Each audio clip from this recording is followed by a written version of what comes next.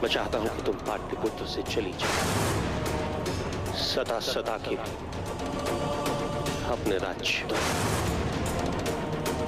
वचन दो मुझे, वचन दो मुझे कौरवी कि तुम मेरे इस निवेदन को अस्वीकार नहीं करोगी।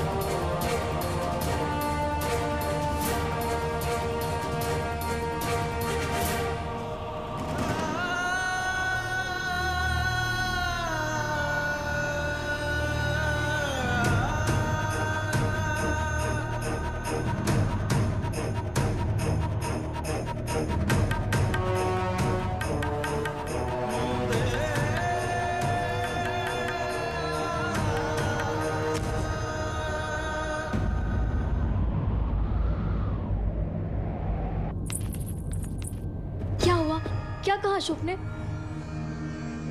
आप कुछ कहती क्यों नहीं? वो मुझे पहचानता है, जानता है कि मैं कौन हूँ।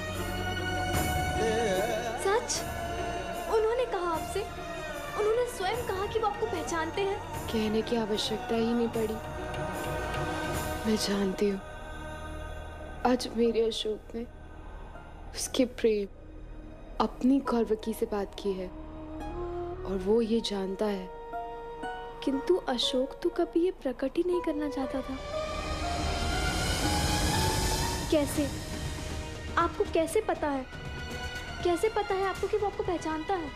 क्योंकि आज मेरे अशोक ने जो मुझसे मांगा है वो तभी मांग सकता था जब उसे विश्वास हो कि मैं उसका प्रेम हूँ, उसकी कौरवकी। वरना अपना ऐसा अधिकार नहीं समझता वो मुझ पे। मुझे कुछ समझ में नहीं आ रहा, आप स्पष्ट कहिए। अशोक ने क्या कहा आपसे? यदि वो आपको पहचानता है ये तो अच्छी बात है ना, आपको तो खुश होना चाहिए। परंतु आप दुखी क्यों हैं? ऐसा क्या कहा है अशोक ने आपसे? देवी, एक बात बताओ, ये मेरे लिए अच्छा है या बुरा? आज मेरे संसार में मेरे प्रेम की दुहाई देकर मुझसे मेरा पूरा संसार मांग लिया।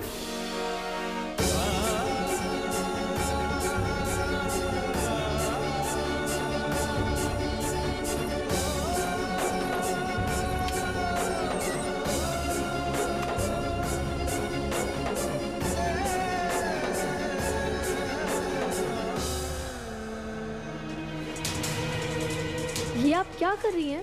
मेरे अशोक ने कहा मैं यहाँ से दूर चली जाऊँ।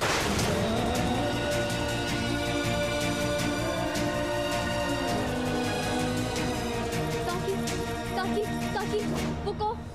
पद्मावती। क्या हुआ उन्हें? वो ठीक तो है ना? आप शीघ्र चलिए मेरे साथ। आचार्य, ना ही कोई सहायक, ना ही कोई गुप्तचर, ना ही कोई युक्ति। आचार्य, यदि वो हमारी सेना में विरोध उत्पन्न कर सकता है तो वो ये भी सुनिश्चित कर सकता है कि उसकी शर्तों की पूर्ति। तब हाँ अकेले जाओ, आप कुछ नहीं कर। किंतु उसे ढूंढोगे कैसे अशोक? आचार्य, ये तो पुराने कुएं के पास पश्चात ही पता चलता है। आगे लीजिए।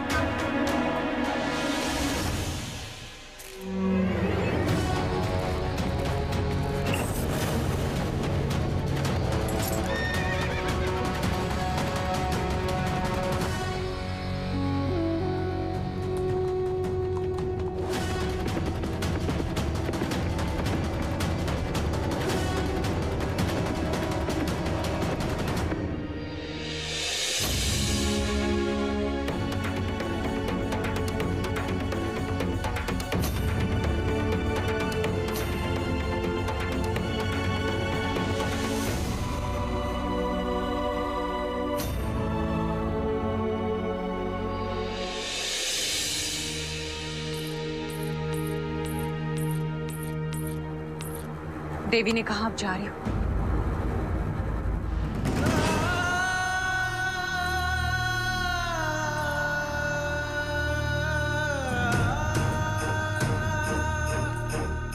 आप इसी भवन में नहीं, आपको कहीं भी जाने की कोई आवश्यकता नहीं।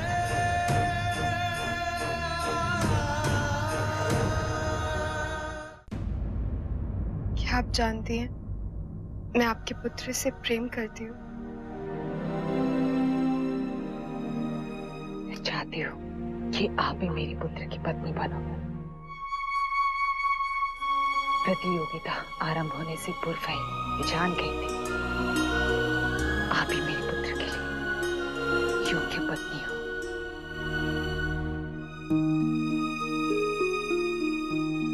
क्या मैं आपसे कुछ पूछ सकती हूँ? यदि सम्राट आपके स्वामी आपसे कोई अनुरोध करे तो आप क्या करेंगे? उनका कहा हुआ हर शब्द मेरे लिए एक आदेश होगा, जैसे पत्थर पे खींची रेखा।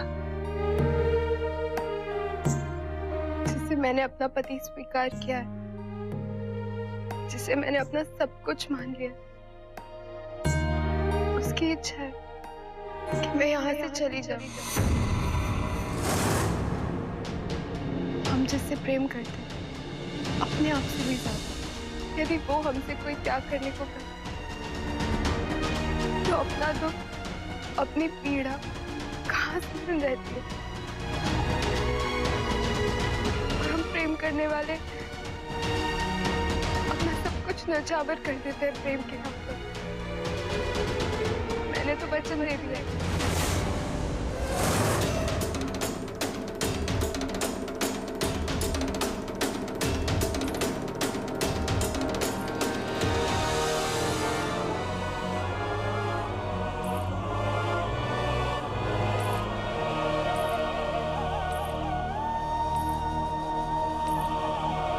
रुक जाओ कौरकी, रुक जाओ कौरकी, रुक जाओ कौरकी, रुक जाओ कौरकी।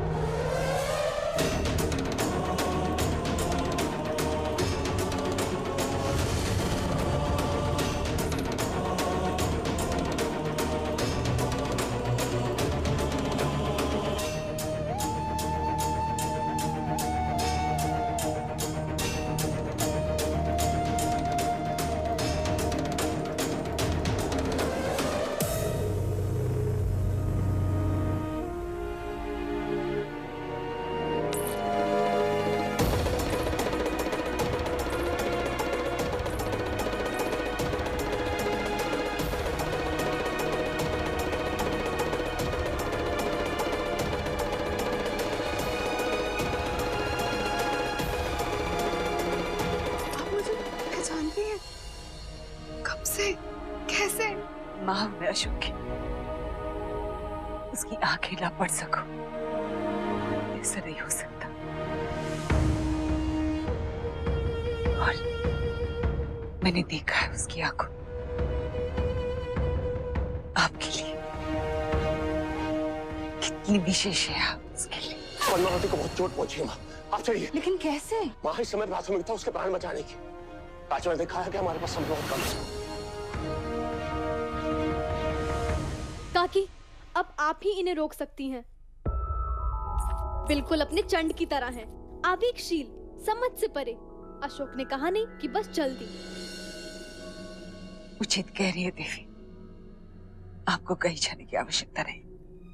आपने आवेश में आके निर्णय लिया है और इसके लिए दोषी आप नहीं है, अशोक है।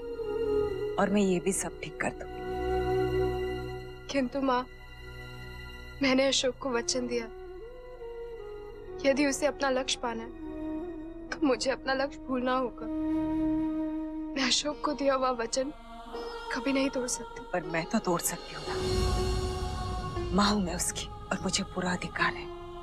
और उसी अधिकार से जो वचन आपने उसे दिया है, उस वचन से आज मैं आपको स्वतंत्र करती हूँ।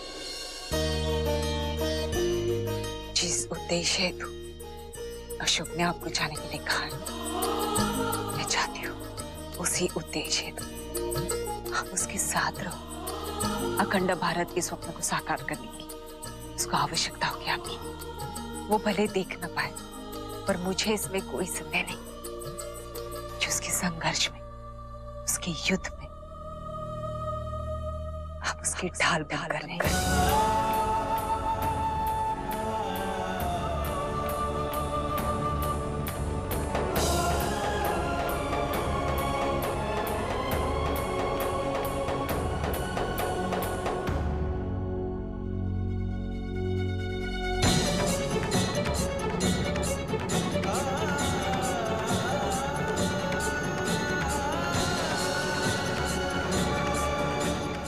बूढ़ी हो गई हैं, दर दर भटकने को विवश हैं, लेकिन जहां भी रहेंगी राज सी ठाठ चाहिए।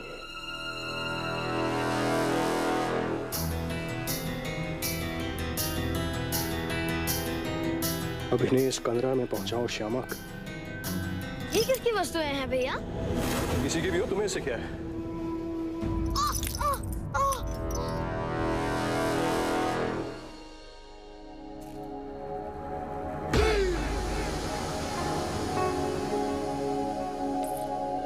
अशोक को लौट कर आने दे, मैं सब ठीक कर दूंगी।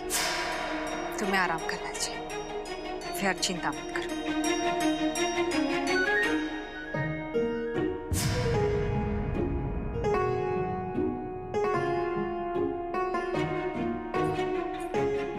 अब तुम्हें मुझसे कोई अलग नहीं कर सकता अशोक, तुम भी नहीं। क्यों ऐसी करने के पीछे अपना समय व्यक्त कर रहे हो सुशीम? सुशीम, तुच्छ लोग तुच्छ ही रहते हैं, इसलिए मैं चाहती हूँ कि तुम्हारा विवाह चिंता से हो जाए, क्योंकि वो तुम्हारे लिए उपयुक्त है। मेरा विवाह किसके साथ होगा इसका निर्णय तो बाद में होगा, किंतु इस पद्मावती को इसके कर्मों का फल आज ही मिलेगा।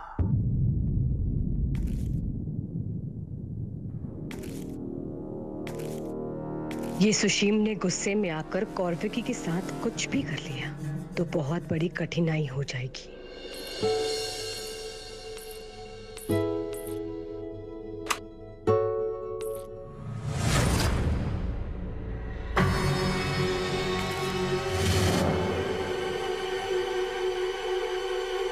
मेरे साथ ऐसा करते हुए तुम्हें पीड़ा नहीं हुई पद्मावती? मैं कुछ समझी नहीं। तुम्हें भली भांति ज्ञात है किस विषय में बात कर रहा हूं मैं। पीड़ा दी है तुमने मुझे, छल किया है, मेरी भावनाओं के साथ खेला है। अभी अभी मैंने तुम्हें ये कहते हुए सुना कि कोई भी तुम्हें अशोक से अलग नहीं कर पाएगा। ये सही नहीं है ना? यदि तुम अशोक से प्रेम करती थी तो मेरे साथ समय क्यों बिताया तुमने? क्यों उस दिन तुमने मुझे आभास दिलाया कि कितना महत्व रखता हूं मैं तुम्हारे लिए? बहुत प्रेम किया है मैंने तुम्हें, बहुत प्रेम करता हूं। क्यों ऐसा स्पर्श दिया था मुझे कि मेरी सोई हुई इच्छाएं जागृत हो गई?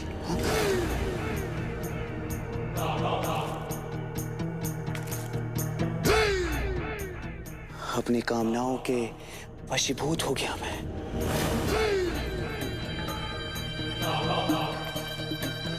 तुम्हें तो ज्ञात भी नहीं होगा, जिस दिन से तुमने मुझे स्पर्श किया है ना पद्मावती, उस दिन से लेकर मेरे मन ने ना जाने क्या क्या सपने बुनने कर रख दी। कि तो मुझे ज्ञात हो गया, हाँ मुझे ज्ञात हो गया पद्मावती कि वो सब तुम्हारी चाल थी। क्यों किया तुमने मेरे साथ ऐसा? हाँ? क्यों किया मेरे साथ? क्यों क्यों क्यों किया मेरे साथ तुमने ऐसा? देखिए, जो कुछ भी हुआ अनजाने में हुआ। मैं आपसे क्षमा मांगती हूँ। मैं नहीं जानती थी कि आपके हृदय में मेरे प्रति ऐसी भावनाएं उत्पन्न हो गई हैं। क्षमा? क्षमा कहने से ये विषय यहीं समाप्त नहीं हो जाता पद्मावती ना।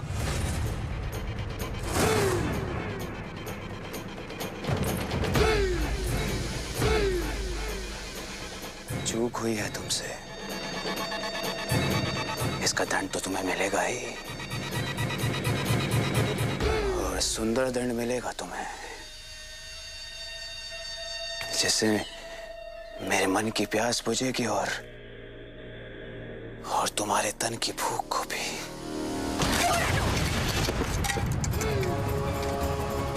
तो ये है आपकी भावनाओं का वास्तविक रूप? नहीं, ये प्रेम नहीं, इसे काम वासना कहा जाता है, और आप उसी के वशीभूत हैं। आपकी पाशविकता के बारे में सुना था मैंने, परंतु आपको पशु कहना पशुओं का अपमान होगा। पद्मावती! सुशील, मर्यादा ना भूले। तुम जैसे से इस संसार की कोई भी कन्या विवाह नहीं करेगी। तुम जैसे लोगों को नितांत अकेला मरने के लिए छोड़ देना चाहिए। पद्मावती!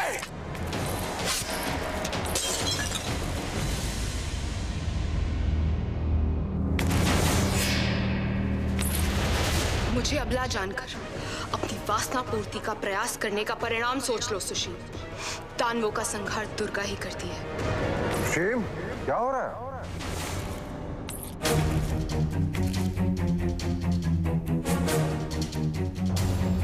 क्या हो रहा है यहाँ?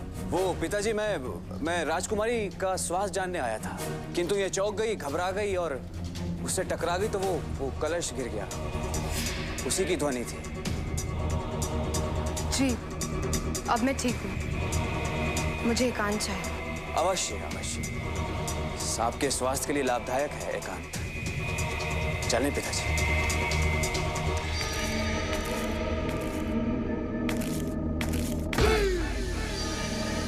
यदि तुम मेरी नहीं हुई तो मैं तुम्हें उस अशोक कभी नहीं होने दूंगा।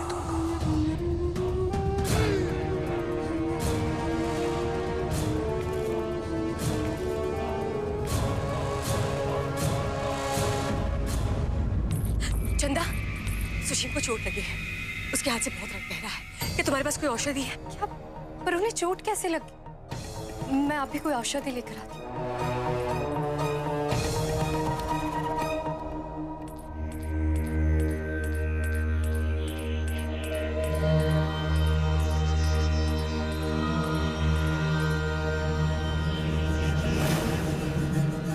अरे आप यहाँ? ये चोट कैसे लग गई आपको? मैं अभी औषधि लगा देती हूँ। अरे इसकी कोई आवश्यकता नहीं है, रहने दीजिए आप। आवश्यकता कैसे नहीं है? पीड़ा हो रही होगी ना आपको? अरे मैं आपको कह रहा हूँ ना, इसकी कोई आवश्यकता नहीं है।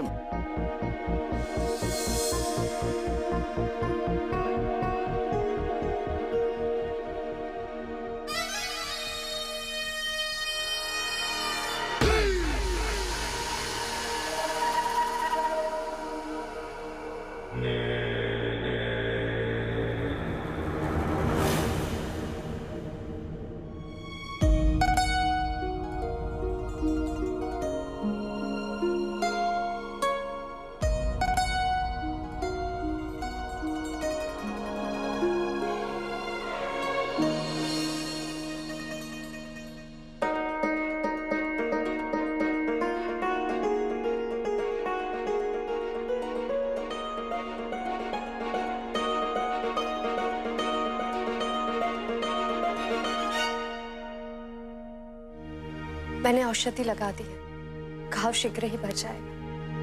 धन्यवाद।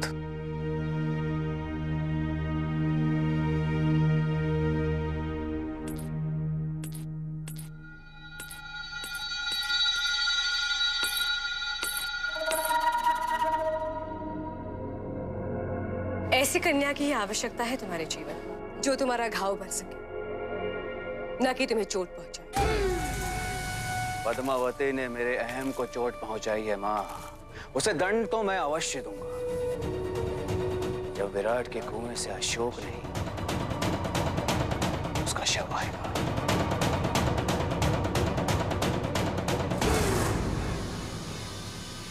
ये चोट कैसे लगी तुम्हें? साधारण सी चोट है, व्यर्थ चिंतित मत होइए पिताजी। और वैसे भी अशोक भैया कहते हैं कि चोट खाकर ही बच्चे बड़े होते हैं। लेकिन ये चोट तुम्हें लगी कैसे?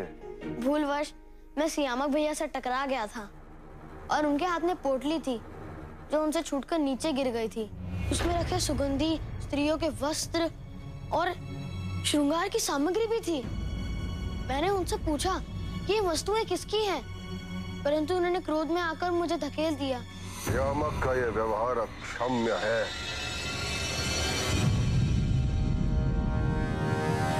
सम्राट, इतनी साधारण सी बात से आपको उद्विग्न नहीं होना चाहिए। राजकुमार सियामक की मंशा इन्हें चोट पहुंचाने की नहीं होगी। मैं केवल विट की चोट से उद्विग्न नहीं हूँ, मैं यह जानना चाहता हूँ कि सियामक कर क्या रहा है। मैं बात करता हूँ उनसे।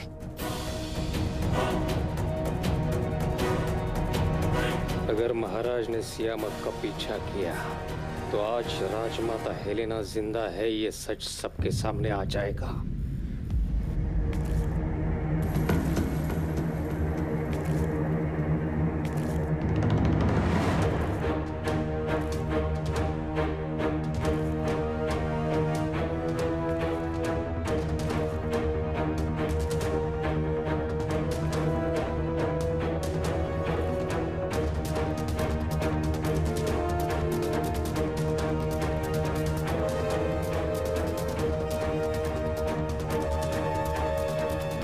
और उसके साथियों के लिए मगध या कलिंग में कोई अंतर नहीं। वो राजवंशियों के विरुद्ध है, प्रशासन के विरुद्ध है, फिर चाहे वो मगध हो या कलिंग। ऐसा माना जाता है कि इसका ठिकाना दोनों देशों की सीमाओं पर स्थित इसी रहस्यमय कुएं में या इसके आसपास है।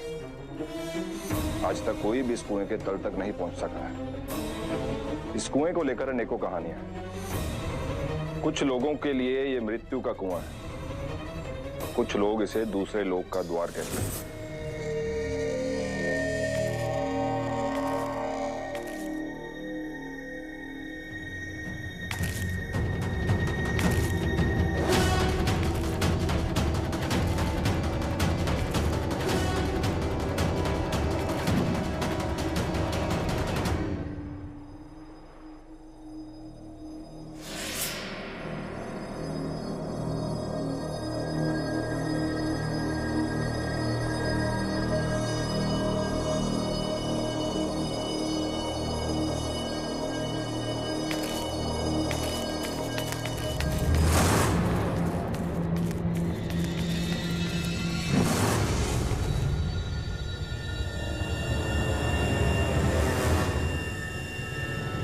आचार्य, आपने मुझे ये कहा कि आपने जिन लोगों का भी पीछा किया उन्होंने इस तलहीन कुएं में कूदकर अपनी जान दे दी।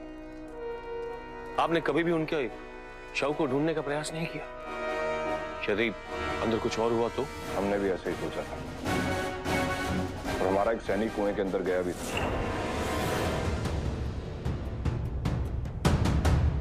यदि कोई भी असुविधा हो तो रस्सी को 2 बार खींचना।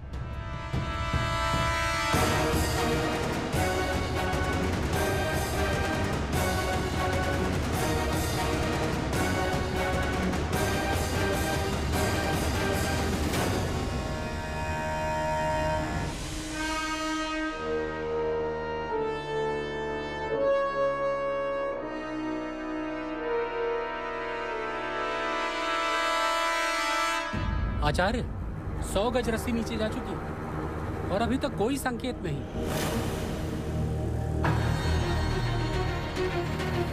खींचो उसे।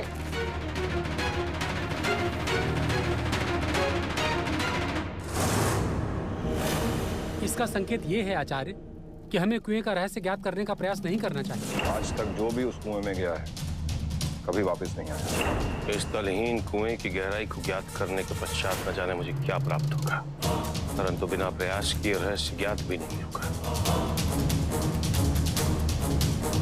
संभव था इसे कूदने का निर्णय मेरे पक्ष में ना हो, किंतु उसके अतिरिक्त कोई दूसरा विकल्प भी तो नहीं है मेरे पास। जय जननी।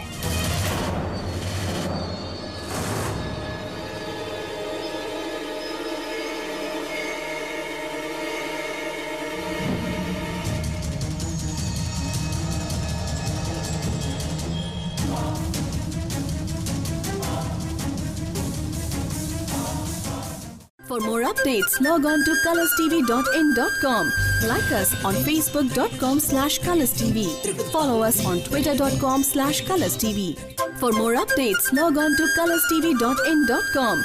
Like us on facebook.com/colorstv. Follow us on twitter.com/colorstv. For more updates, log on to colorstv.in.com. Like us on facebook.com/colorstv. Follow us on twitter.com/colorstv.